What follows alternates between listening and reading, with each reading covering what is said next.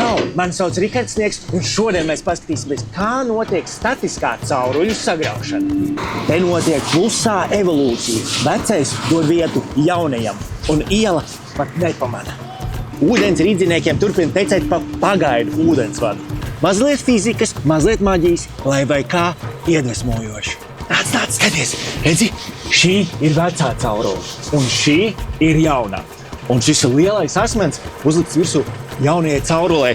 Ejot iekšā, pārgriezīs veco cauruli uz pusē. Ieejas un izējas punkts. Precīzi, tīri un droši. Neviens pat nenojauš, kas te notiek. Kā var redzēt, mūsu dzelzs čūska ielavās šobrīd pa veco cauruli. Klusa, bet ar plānu. Te ir mūsu jaunā āda. Polietilēna caurule gatava doties nezināmajā.